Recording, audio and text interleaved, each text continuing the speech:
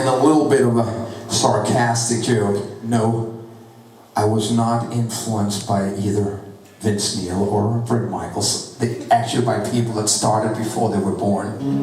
Growing up in a home where my mom woke us up with Elvis Presley and Roy Orbison and Bob Dylan, and later on hearing the great British bands of Sweet, Slade, Thin Lizzy, UFO, and stuff like that. Falling in love with the rock and roll.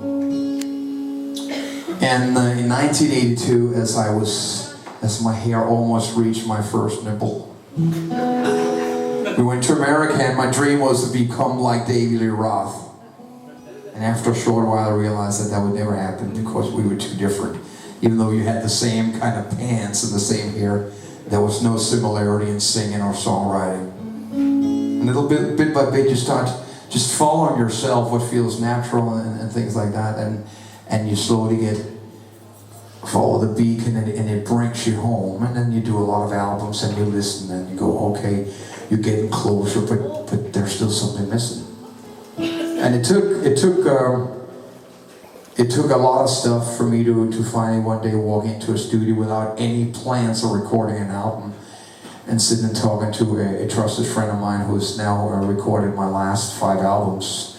And he says, it's funny that every time we do an album together and we sit and listen to rock and roll at the end of the night and have a gin and tonic or a beer or something like that, we always end up at the same place, and that's just the acoustic guitar and the voice, the foundation of everything. And you know, a lot of the songs that started White Lion just came from the acoustic guitar, me playing them and singing them and stuff like that. And then Vito and I turned it into the 80s machine after that. But not too long ago, I found some of the old cassette tapes of me writing the songs and stuff like that. And in many ways, just a little bit better. They're kind of like the versions that I've been playing over the last 3 years.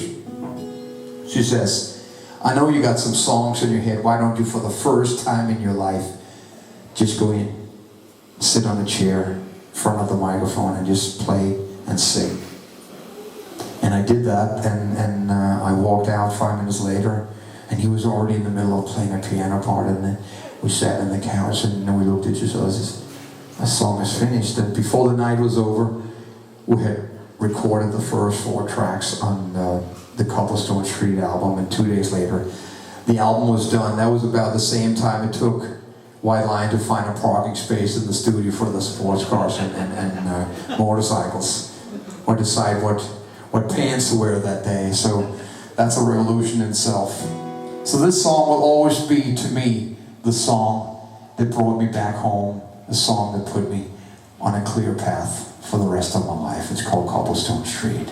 1, 2, 1, 2, 3, go.